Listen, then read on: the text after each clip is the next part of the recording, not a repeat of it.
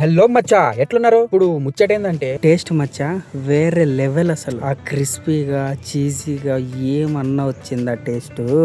అబ్బబ్బబ్బబ్బబ్బా, ఆ బేకరీని కూడా మించిపోయింది. అబ్బా నమ్మండి, అంత బ్యూటిఫుల్గా అంత టేస్టీగా భలే వచ్చింది. ఒక్కొక్క ముద్ద తింటుంటే నాలుక నాట మారుతుంది భయ్యా.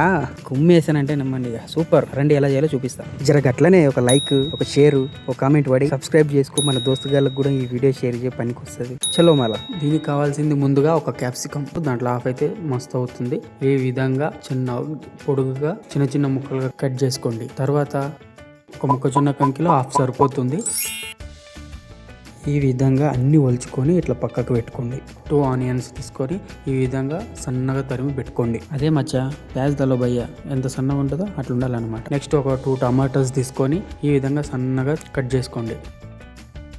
నెక్స్ట్ ఇవన్నీ ఇంగ్రీడియంట్స్ ఒక ప్లేట్లో పెట్టేసి ఒక గిన్నె పెట్టుకొని 2 గ్లాసులు నీళ్ళు పోసుకొని కారం వేసుకొని 2 నుంచి 3 నిమిషాల పాటు ఉప్పు వేసుకొని ఉడికించుకోవాలన్నమాట.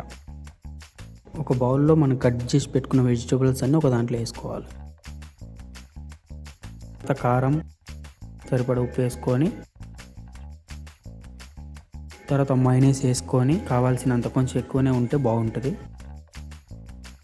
మైనస్ వేసుకొని బాగా స్పోక్ స్పూన్ తోటి బాగా మొత్తం కలిసే విధంగా కలుపుకోవాలి.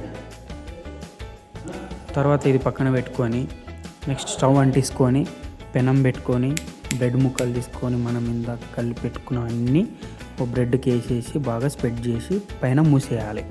కొంచెం మొత్తి ఇదే విధంగా అన్నీ ఎన్నైతే మనం అనుకుంటున్నామో సరిపోయే అన్ని బ్రెడ్లన్నీ ఇలా ఈ విధంగా తయారు చేసుకొని పక్కన పెట్టుకోవాలి. తర్వాత పెనం వేడాక ఒక స్పూన్ నెయ్యి వేసి మనం ఇందాక పెట్టుకున్న బ్రెడ్ని వేసి పైన ఒక స్పూన్ వేసి బాగా కొంచెం అంతా స్ప్రెడ్ చేయాలి. తర్వాత తిప్పేసుకోవాలి. ఈ కలర్ రావాలి మామూలుగా, మరి ఎక్కువ వద్దు మాడిపోకుండా.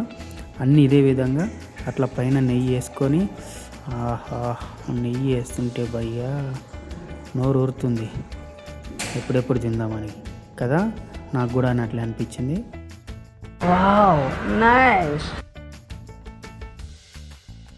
రెడీ అయ్యాక అన్నీ ఒకసారి ప్లేట్లో పెట్టేసుకుంటే మన వేడి వేడి శాండ్విచ్ రెడీ. సూపర్, ఎంతో టేస్టీగా, చాలా తక్కువ ఖర్చుతో ఇంట్లోనే చేసుకోండి ఇలా. ఓకే, మళ్ళీ ఇంకో నెక్స్ట్ వీడియోలో మళ్ళీ కలుద్దాం. Until then, this is Beam signing off.